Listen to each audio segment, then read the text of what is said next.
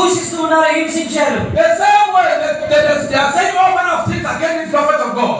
అలాగే యేసుక్రీస్తు ప్రభువు ఏ వ్యతిరేకతను అయితే సంపాదించుకున్నాడో అలాగే ఈ ప్రవక్త కూడాను వ్యతిరేకతను కలిగి ఉన్నాడు. But remember Paul said, కానీ పౌలు భక్తుడు చెబుతూ ఉన్నాడు, Jesus cannot be crucified a second time. యేసుక్రీస్తు ప్రభువు ఆయనకి ఇవ్వబడినటువంటి సమయంలో కాకుండా వేరొక సమయంలో సిలువ వేయబడడం కుదరదు. Hallelujah. Hallelujah. The only one that can crucify him again అయితే యేసుక్రీస్తు ప్రభువుని ఎలాగ సిలువ వేయగలుగుతారు అంటే is to crucify the way. వాక్యాన్ని సిలువ వేయడం ద్వారా మాత్రమే. Because he is the way.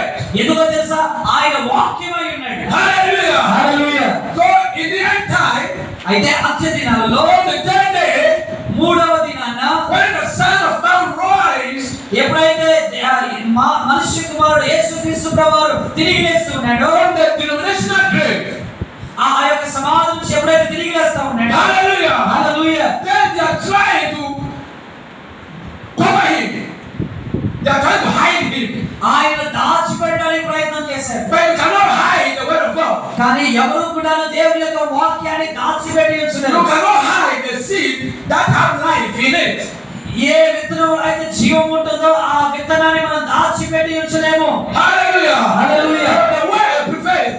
దేవుని యొక్క వాక్యమే విజయం పొందుకుంటా And ఉంది. then when the prophet came on the scene, అయితే ఈ ప్రవక్త వచ్చినప్పుడు then he pointed us back to the original way. He directed us back to the original way.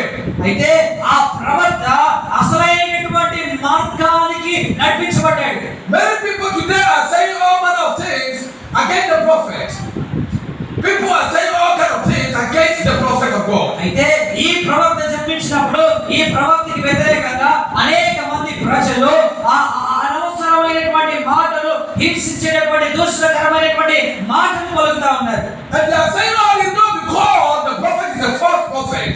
అనేక మంది ఏం చెప్పారో తెలుసా, ఈ ప్రవక్త గురించి ఈ ప్రవక్త అబద్ధ ప్రవక్త అన్నారు. They are saying it because they don't have the seed of God in their lives. ఎందుకు ఆ మాటలు పలుకుతూ ఉంటున్నారో తెలుసా, వారి హృదయాల్లో దేవుని యొక్క వాక్యము లేదు కనుక. And those that have the seed of God in their lives, ఎవరిలో అయితే ఎవరి హృదయంలో అయితే దేవుని వాక్యము అనేటటువంటి విత్తనం ఉంటుందో, when that rising sun shine over that seed, ఎప్పుడైతే నీతి సూర్యుడు ఆ విత్తనం మీద ప్రకాశించినప్పుడు the seed comes forth.